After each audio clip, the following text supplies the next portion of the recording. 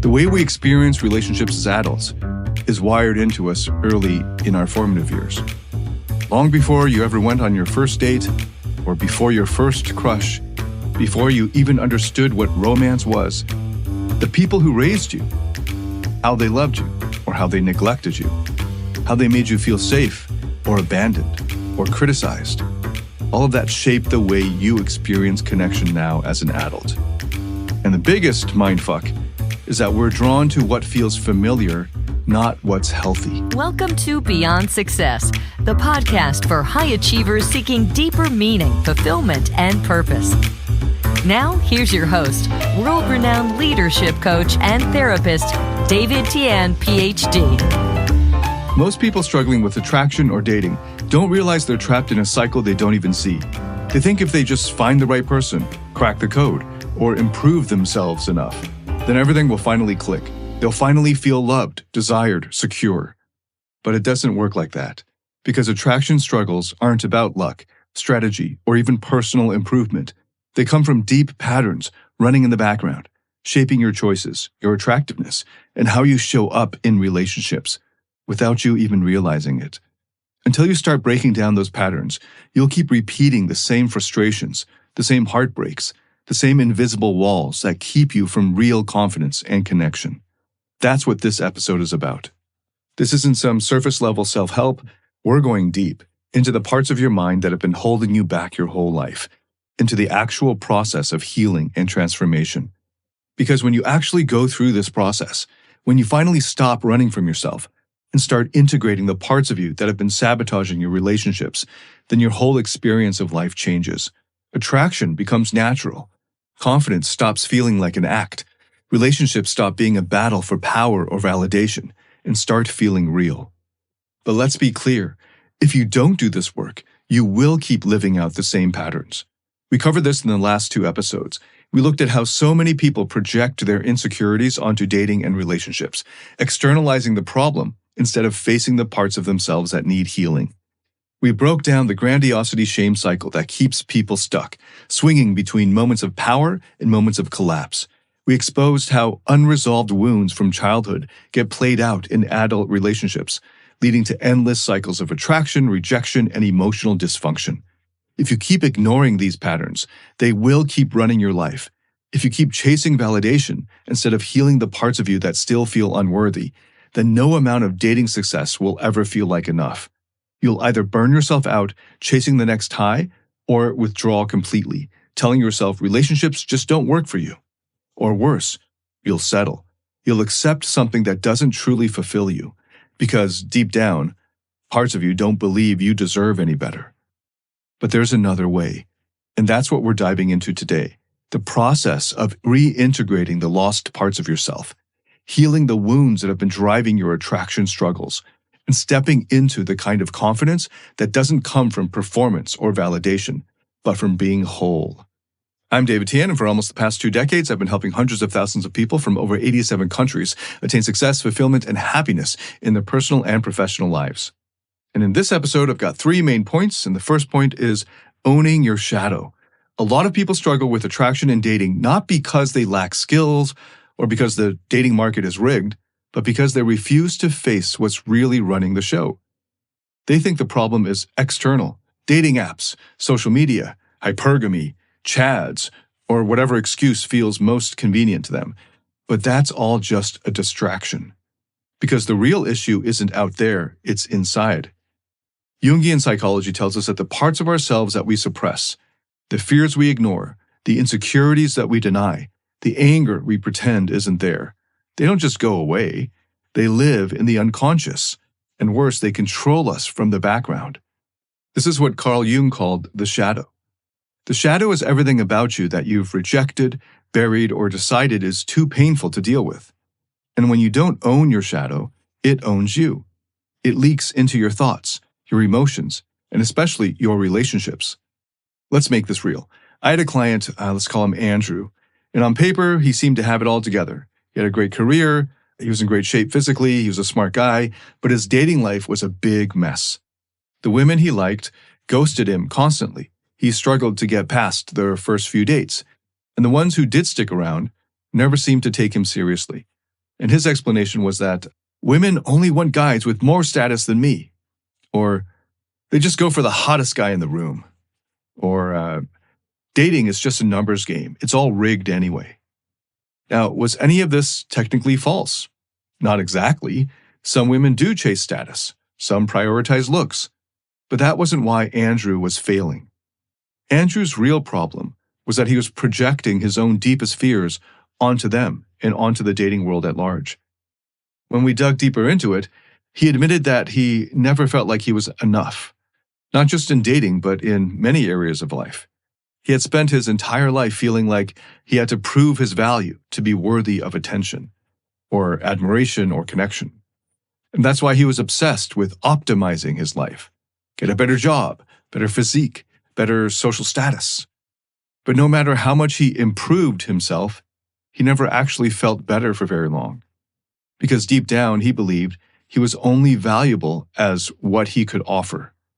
And because he was blind to this painful belief, or refused to face this belief directly, he ended up externalizing it onto the women. He projected it onto the women. That's why he was so convinced that women only cared about his status. It wasn't because it was necessarily true of them. It was because he believed his value depended on his status and his achievements. And that's how the shadow works. The things we fear most about ourselves, we project them onto the world. When a guy feels deep down like he's not good enough, he tells himself that women are shallow. When a woman feels like she's unlovable, she tells herself that men are all emotionally unavailable. When someone fears rejection, they convince themselves that dating is just a numbers game. But these aren't truths about the world necessarily. They're reflections of the parts of ourselves that we refuse to own. And perhaps the worst part is, when you don't face your shadow, it doesn't just mess up your dating life, it runs your entire life. Andrew had spent years pretending that none of this affected him, that he had things figured out. But when I had him start paying attention to what triggered him the most, what pissed him off most about women, what made him feel insecure in a room full of other achievers, what thoughts kept looping in his head when he was alone, that's when his real inner work started. He realized that every time he saw a guy effortlessly attracting women, he wasn't just annoyed, he was in fact furious.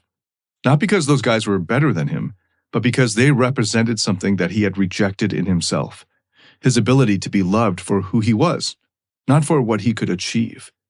And when he turned toward his anger with curiosity, acceptance, and understanding, when he started unpacking it instead of running from it or exiling it, then his experience of life changed.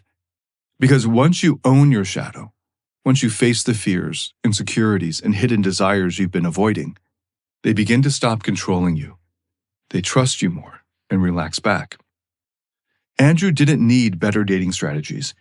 He needed to stop rejecting the parts of himself that wanted to feel love without having to earn it. Once he did that, his experience of life from the inside changed, and his energy around others completely changed. He no longer tried so hard to prove himself, and ironically, that made him far more attractive. So if you've been struggling in dating or attraction or with relationships in general, pay attention to what you're projecting. What do you believe about attraction, about love, about your own worth? And more importantly, where did those beliefs come from? Where did you get those beliefs? Because until you face the part of yourself that you've been running from, it will keep running your life. Okay, let's move on to the second point, which is that attraction follows a blueprint. A blueprint that was set long before you ever swiped right or walked up to someone at a bar. And unless you rewrite that unconscious blueprint, you will keep repeating the same toxic patterns over and over. The way we experience relationships as adults is wired into us early in our formative years. Long before you ever went on your first date, or before your first crush, before you even understood what romance was, the people who raised you, how they loved you or how they neglected you, how they made you feel safe or abandoned or criticized, all of that shaped the way you experience connection now as an adult. And the biggest mindfuck is that we're drawn to what feels familiar, not what's healthy. If love felt inconsistent growing up, then you'll end up being attracted to inconsistency as an adult. If you were trained to believe that affection had to be earned, you'll seek out relationships where you have to prove yourself constantly.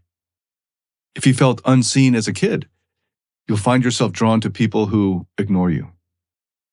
Not because you want to suffer, but because deep down, parts of you are still trying to fix what went wrong back then. I had a client, let's call him Jason. When he came to see me, he was in his early 30s. He was an entrepreneur, a successful one. On paper, he had a lot going for him. But when it came to relationships, he was a disaster. Every woman he dated either didn't respect him or pulled away emotionally over time or treated him like just another option. And when he finally did get into a committed relationship, he sabotaged it. He withdrew, pushed her away, picked fights over nothing. And then the moment she left, he fell apart and begged her to come back. And the part that really wrecked him was that he didn't know why he was doing any of this. He was doing everything right. He was confident, successful, well-traveled, but no matter how much he improved himself, he always ended up in the same situation in his personal life. So we looked deeper. We started unpacking his past. Turns out Jason's father was a real hard ass. He never gave him any approval, never showed him approval. He always pushed him to achieve more, be better, be stronger. Affection was scarce. He grew up believing that love had to be earned. And his mother was emotionally distant. When she was around, she was kind, but she was mostly absent emotionally and physically. She seemed to love him, but she wasn't really there. Jason's entire experience of love as a child was chasing approval from someone who never fully gave it. So guess what kind of women he was attracted to, naturally, feeling chemistry with. They're distant, hard to please, unavailable.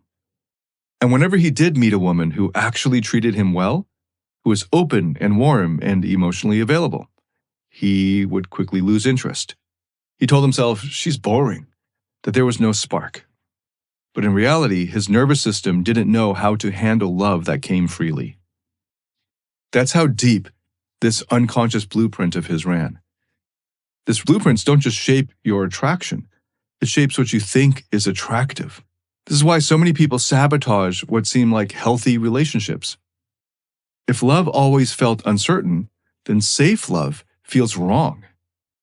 If your value always had to be earned, then unconditional love feels wrong. It feels undeserved. If you had to perform in order to earn being seen, relationships where you don't have to perform feel uncomfortable. This isn't just about attraction. It's about how we show up in long-term relationships too. Some people, like Jason, cope with their attachment wounds by constantly chasing validation. They develop grandiosity. They go all in on status, success, and becoming the high-value man or woman, because deep down, they believe if they aren't impressive, then they won't be loved. Others go the opposite way. They assume no one will ever fully love them, so they just shut down. They avoid emotional intimacy. They never let themselves get too close. They treat dating like a numbers game. If you've ever met someone who seems detached or seems like he's too cool to care, then chances are they care more than anyone. They just don't trust relationships enough to let themselves feel it. And then there's one of the worst loops, the one Jason found himself caught in, which is the grandiosity, shame, toxic cycle. One moment he felt like he was the prize, that he had the power, that he could walk away and not care. And then the next, he was spiraling into self-doubt, desperate for her attention, falling apart if she pulled away. This toxic cycle doesn't fix itself. No amount of self-improvement or dating tactics will rewrite it. There's only one way out. This therapeutic process to rewire your relationship blueprint. First, you need to recognize who you're unconsciously trying to win love from. The person you chase in dating isn't random. It's your past showing up in your present. The unavailable woman, or the critical man, or the emotionally distant partner. The person you're drawn to is a mirror of an old wound that you haven't healed. This is your unfinished business.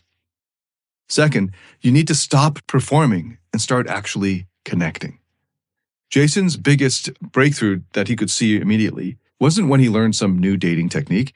It was when he stopped trying to prove himself to women and started showing up as a full person, as far as he knew. Not the charming, successful, got it all together persona, but the real him. And third, you need to build secure emotional connections, first with yourself, and then with others. Before Jason could have a healthy relationship, he had to give himself the validation that he had spent years trying to get from women and from others. Until you do that, you will always be trying to extract worth from other people. Most people think confidence comes from status, experience, or learning how to win at attraction.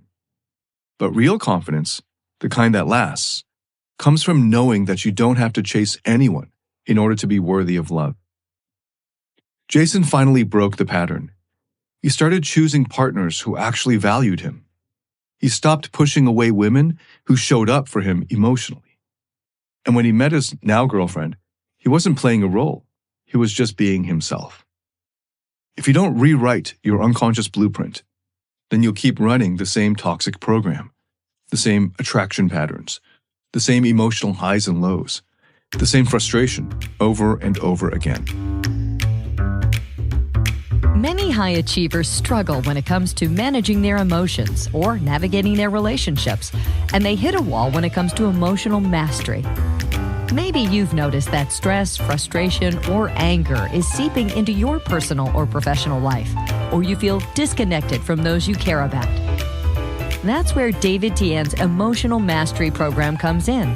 It's based on peer-reviewed, evidence-backed therapeutic methods to help you find happiness, love, and real fulfillment.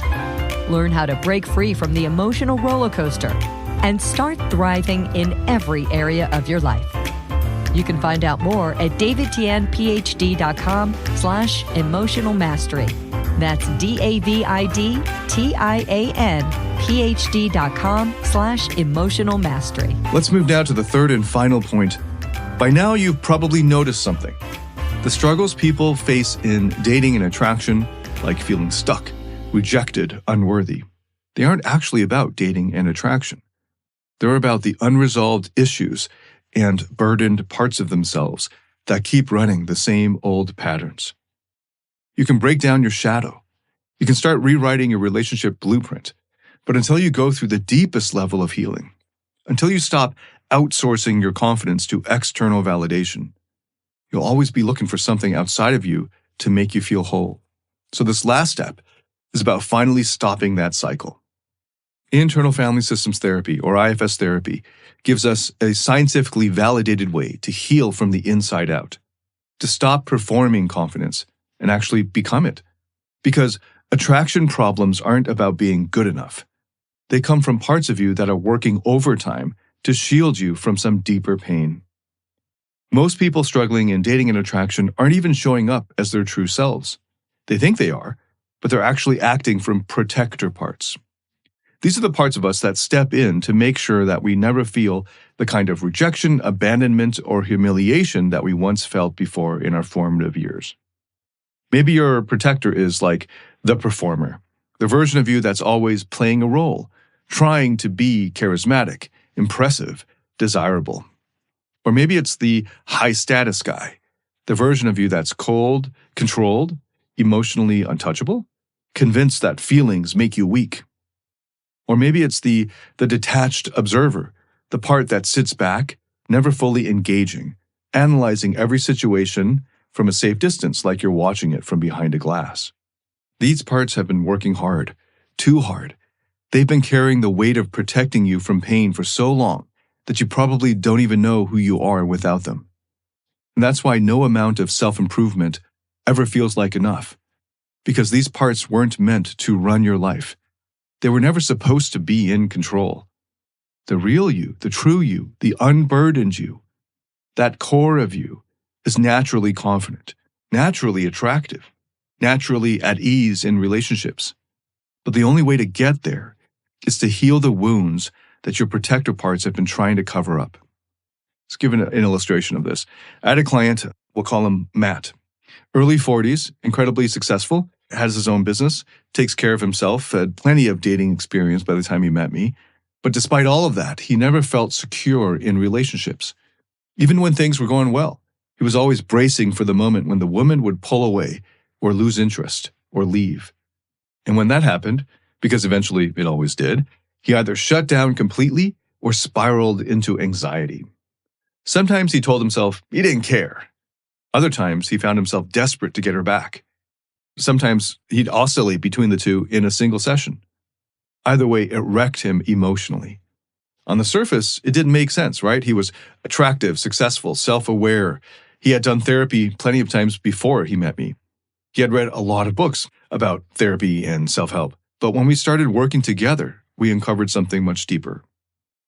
Matt had been running the high-status guy protector for decades. He thought confidence meant never letting anyone see him sweat. He believed power in relationships came from having the upper hand, always being a little more detached, never needing anyone too much, caring less. But beneath that, he had exiled parts, younger versions of himself that still carried the pain of feeling unwanted, unseen, unworthy.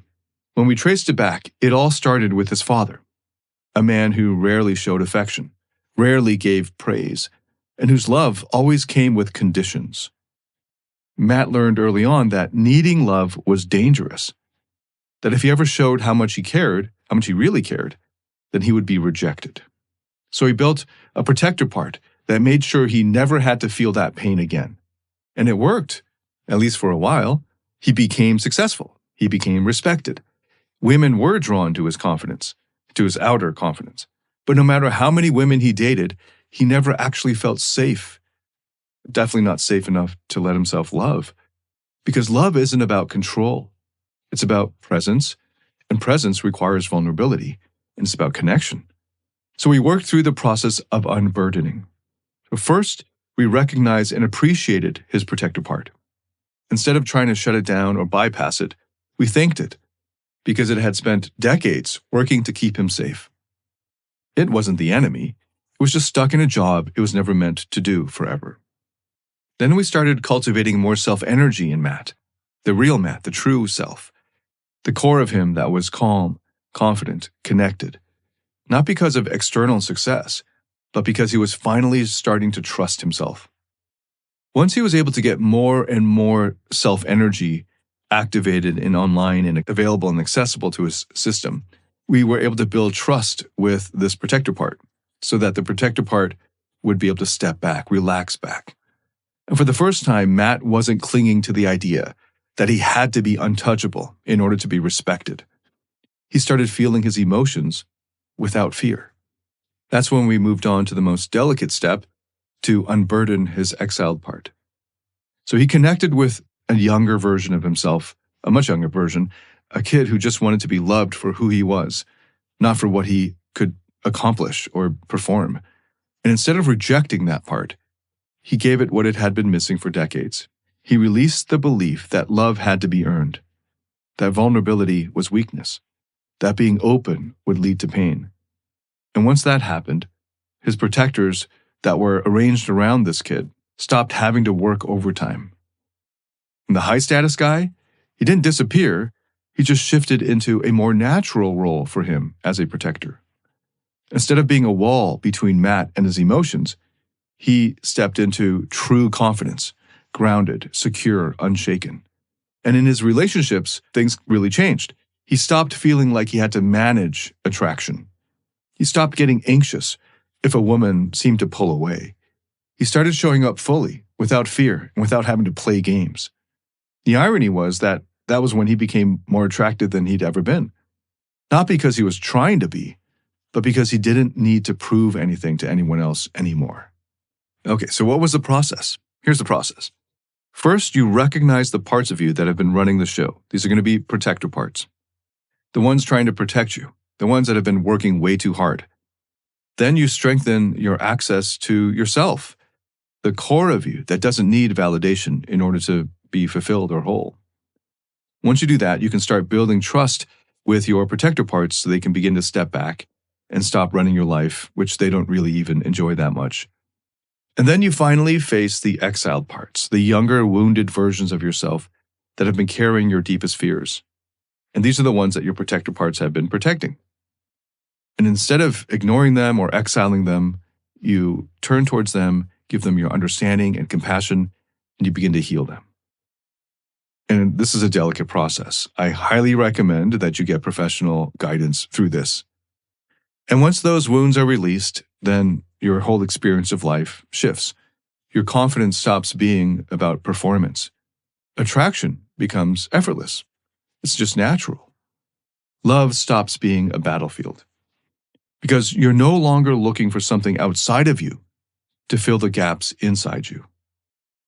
Most people think dating and attraction struggles mean they need better strategies. They don't. They need to heal the parts of themselves that have been keeping them stuck. So we covered a lot of ground today, so let's bring it all together. If you've been struggling with attraction, confidence, or relationships, the problem isn't some external force working against you. It's not dating apps, it's not women, it's not bad luck. The real issue has to do with the unconscious patterns running your life. So first, we talked about owning your shadow, the traits or parts of you that you reject, the fears, insecurities, and hidden desires you push away. They don't just disappear.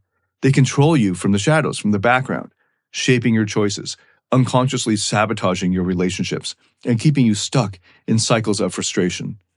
Until you face those parts of yourself, you'll keep externalizing, projecting your struggles, instead of actually solving them. Then we went deeper into rewriting your relationship blueprint. You aren't just randomly attracted to certain people. You're repeating the same emotional patterns from childhood, seeking out familiar dynamics, even when they lead to pain. Until you heal your attachment wounds, you'll keep chasing validation or pushing away real connection. And you won't even realize why.